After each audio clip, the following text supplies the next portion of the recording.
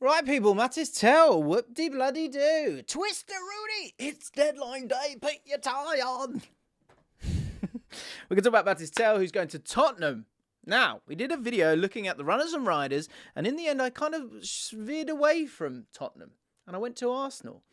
But I remember, and I said this to my good friend Flav, who I do the James and Flav for Now podcast, which will be on the channel, the More James Allcott with me, this Friday. And I said, well, hang on a minute. Shouldn't Tottenham actually be getting this guy?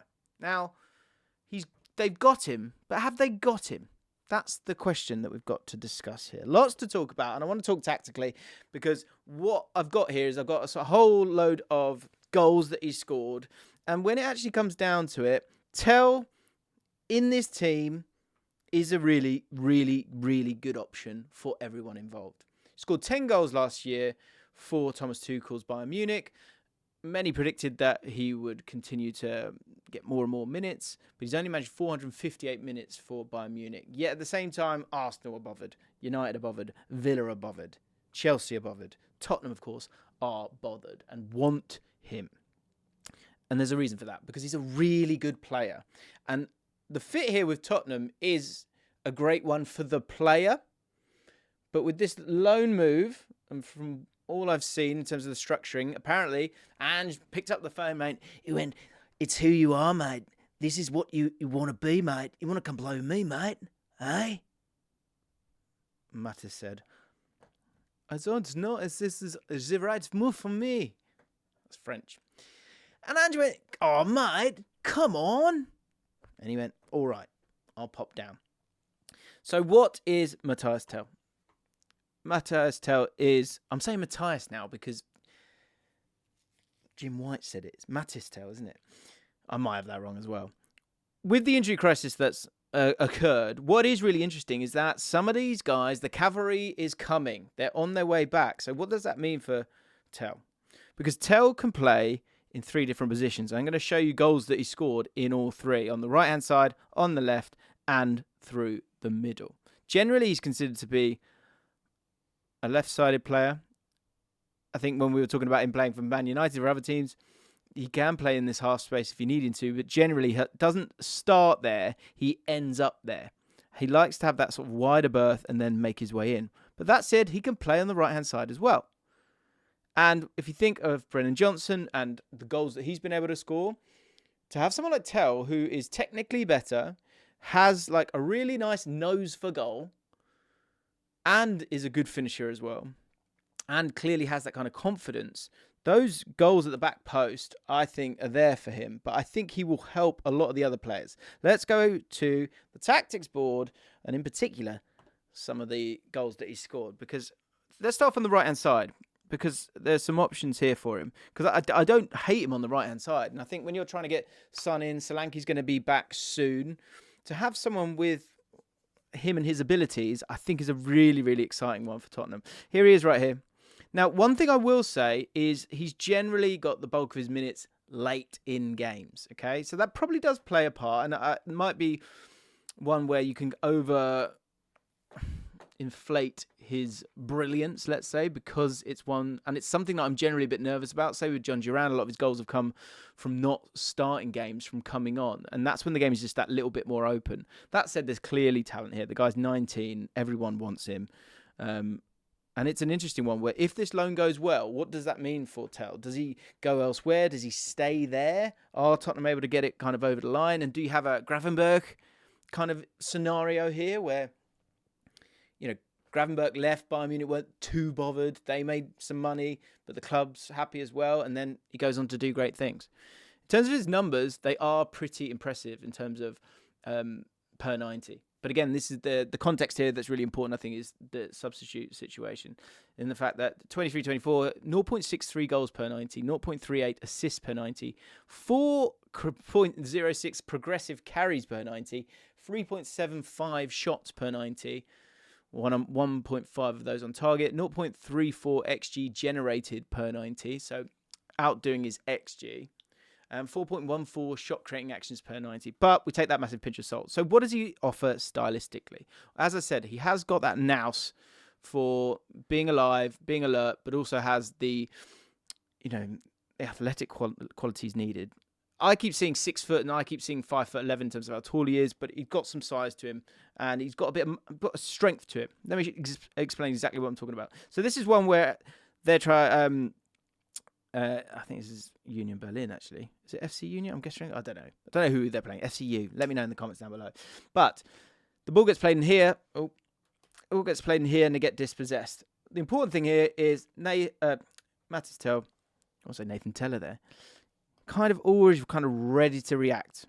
Now, this is a really simple one to get us started off with, but he's there, he's ready. And if you imagine him in Tottenham's team on that right-hand side, I think what's interesting here is generally Ange would want him higher and wider, but from that wider berth and then stepping into this area here, a bit like Brennan Johnson has, being alert to the opportunities that could arise. If he plays on the right-hand side, that's something that he can absolutely do, and he finishes with a plom. So he's got that in it, but in terms of that desire to get himself into that area, he's ready, he's willing. Let me show you another example of it. This is on the break. Again, 83 minutes on this occasion. So he's on the break, but from that right-hand side, what I thought was interesting, instead of driving into these wide areas and letting others step into the central areas, actually he drove into that central area. By him driving into the central area, it gives him a couple of options. One, he's got 2 passes that he could play. But actually what happens is he drives himself and scores a banging goal from pretty far out. From about here, actually. I don't think I've got the screenshot for it. From about here, they back off and back off and back off, and he goes and has a shot himself. So, again, in terms of someone who's thinking about goals, scoring goals, wanting to score goals, not afraid to score goals, nose for a goal, he loves it. He bloody loves it. Let's give another example. This, for me, is if he plays in that centre forward role. As you can see him right here in said centre forward role. Because with Solanke out, there is an opportunity there. And this is why it is a great move for Tottenham and for Mathys Tel. Because the minutes that he gets are guaranteed, because he can play here, he can play on the right, and he can play on the left. But for someone like Heung-min Son, do you want a game where do you want him on the left-hand side? And if you don't, then you could swap those 2 round. Even in game, you could swap those 2 round. Solanke's on his way back. Where's Solanke?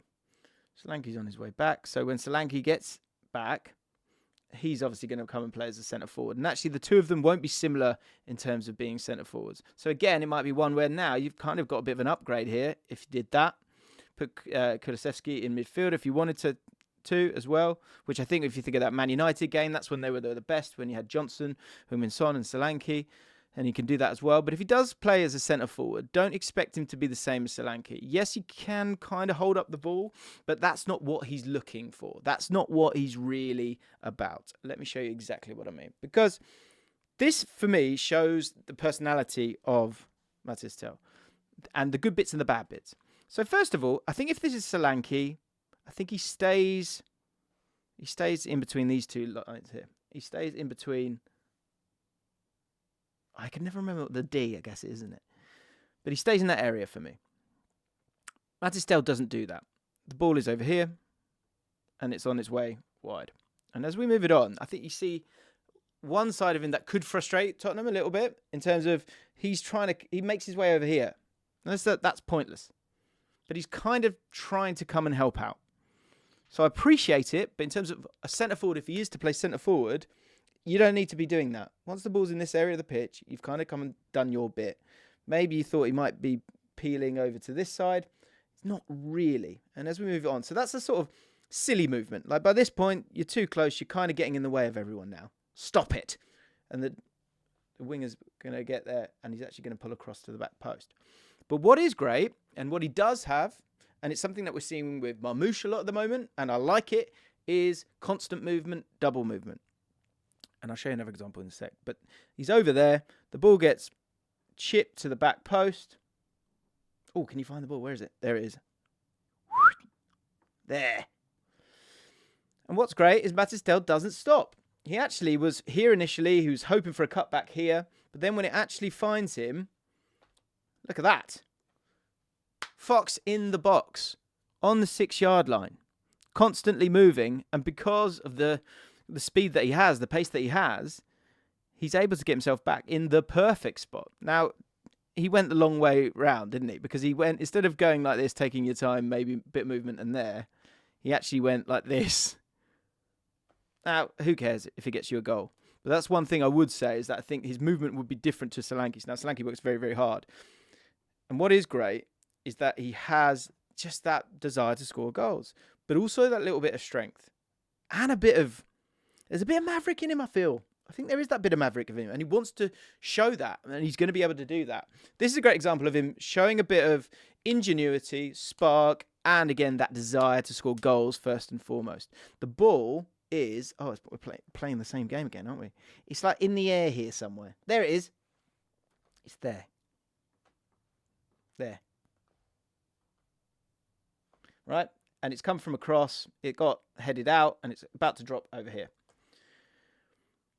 And what's really great here is that Tel is not only willing to make the effort to go and get the ball, which shows the tenacity, that an energy, desire, a hunger that is needed, especially for a Tottenham team, but also got a bit of muscle to back it up. What I said there was he's got a bit of muscle to back it up. So as the ball drops, what I love here is firstly, it gives him a little bump. Here it is. He gives him this little bump. He's not afraid of that. He's shoulder to shoulder, ref. That's what we're seeing here, right? So he's happy to do that, but also a bit of genius here, because as he then takes the ball down, he's ready with the bump, and he actually does this little budum touch back into this area here. That's really clever. That's a great understanding of there's a little bit of space here for him to work with that he's running away with initially, but also he wants to get himself back towards goal, back facing towards goal. And from there, he scores an absolutely gorgeous goal. That is superb stuff. And this time, we're not in the last few minutes of the game, we're in the first 35. So it's not like that other player's tired and he isn't. And that's, I think, a really impressive part of his game. He loves this zone. Forgive me. He loves zone 13, wants to get there, and he wants to have that shot. There's so many examples of him getting to those different areas. But stick with we'll go back to that left side in a second with the left wing position. Let's stick with the centre forward position here, because this is the other example. If Solanke, and while Solanke's out, and if they want to play him as a centre forward, Solanke might stay there, hold up the play a little bit, look to bring in others. That's not what you're going to get with him. You can see exactly what you'll get with him. Yeah, he'll be able to lay it off and spin, and you should utilise that. But also, you can see here, he loves to make those runs, and he can make those runs, and he can affect the game.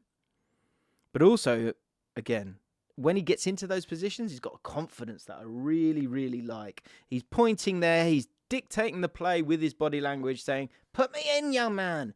And he does exactly that. The ball gets played into him. And here, again, I think someone with not the same kind of confidence looks to pass it, and maybe it doesn't work out. But he's aware, and even from this angle, he's willing to give it a go, and he gets his rewards with a fwa-pa-pa-pa-pa. Let me give you a better angle of it. It's ballsy stuff. He's got a fwa-pa-pa from there. And again, let's play find the ball. There it is. About to go into the net. So as a centre forward, it's not going to be that same kind of Solanke vibe. Some people keep talking about him being tall, 6 foot. I mean, God, I wish I was. I was 6 foot tall. I'm not, believe it or not. But he's got that about him. So he can play as that centre forward. And I did want to show this one as well. Now, this is him on the left-hand side. We've spoken about if this could be a long-term thing, if you can get it over the line. In terms of that succeeding of Heung-min Son, who we think's got 1 year left, right? Tel could absolutely be the replacement. But obviously, you've got to get the whole thing sorted out, don't you? Let's put Johnson in the team for a second. But when we spoke about Man United and him willing to play in these half spaces, yeah, but he does like to start out wide and then work his way in because he can go both ways. There's a joke there. I'm going to leave it. Let me show you an example. This is the first goal. This is the first goal that he scored, and which made him the youngest ever Bayern Munich goal scorer. And what's really nice about it is, again, the sort of finish that he really enjoys, but also what he does to the opposition. And you can imagine this is Kulusevski, for example, or maybe even Solanke if you want to do that. But in terms of kind of the triangles and being able to sort of hurt an opposition with those triangles, that's what's really nice about him. Because what you can see here is the defender worried. And he's worried because Tel has the ability to sort of do this sort of stop-start, maybe a bit Mbappe-esque. I'm not saying he's as good as that, obviously, but he's willing to go both ways and go down the line, but can also cut inside, and he does like to cut inside. And so because he's trying to do that and trying to get tight to him, he's leaving this massive space in behind.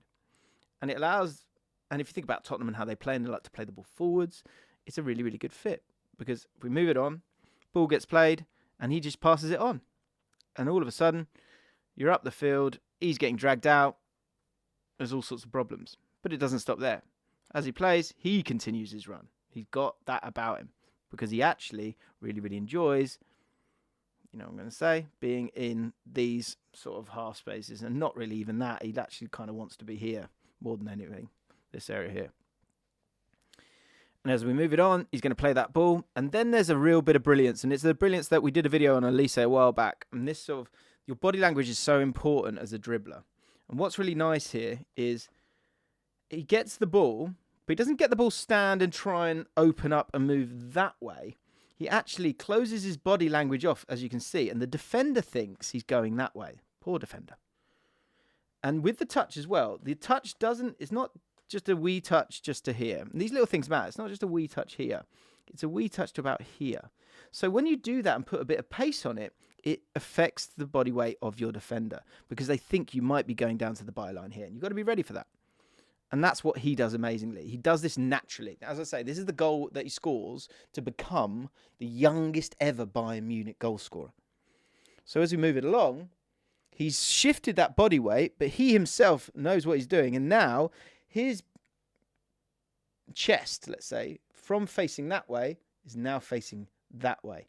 And he knows that the body language, the body weight of the defender is going this way. And so he knows he's going to be able to get a yard. And by God, does he get a yard. Look at this. This is the distance that he's able to get. And poor bloke is all over the place. Because he's absolutely done him. As I said, he thought he was going to go this way. His body weight's going that way. He's now got a yard. It's a lovely little touch into this area of space right here, which is exactly where he loves and wants to be. Can he finish? And also, can we just see, look how far away they are by the time he gets a shot. That's not a yard. That's 3. So his ownership of his own body is really, really good on that left-hand side and probably where he's most lethal. And the goal that he scores is gorgeous. Right into the top corner. He has that in his locker. So the point I'm making here is it's a great signing for Tottenham. A really good signing. You've got a guy who's kind of keen to be playing, desperate to be playing, can offer a lot for the team, is willing to press for the team. What's he going to be like in 90 minutes as opposed to the substitute appearances that he's had previously? And can he go to the level that Tottenham need to get them kind of out of this mire? I think that, alongside with the injuries coming in, it could take Tottenham to a place where they feel they're just that little bit better. And of course, you've got the European football that's there for you. Europa League is going to be available for that. Could be a massive game changer for them. And that could lead to them winning that tournament and thus getting in the Champions League, which is the dream for Tottenham. Absolutely the right call. Absolutely the right call to pursue this. And for Tel, in terms of his ability to be able to go back, it's a bit of a no-brainer because he will get minutes and probably get minutes in different positions as well. Tottenham fans, how do you feel about this one? I guess Man United, Arsenal, Villa fans, Chelsea fans, you're a little bit annoyed? Let me know in the comments down below. Subscribe to the channel. We've hit 25k. Come on. We march on. All right? So if you like these more chilled out videos, me just talking to you guys, then this is the place to be. With me, more. Goodbye. Speak soon. All right?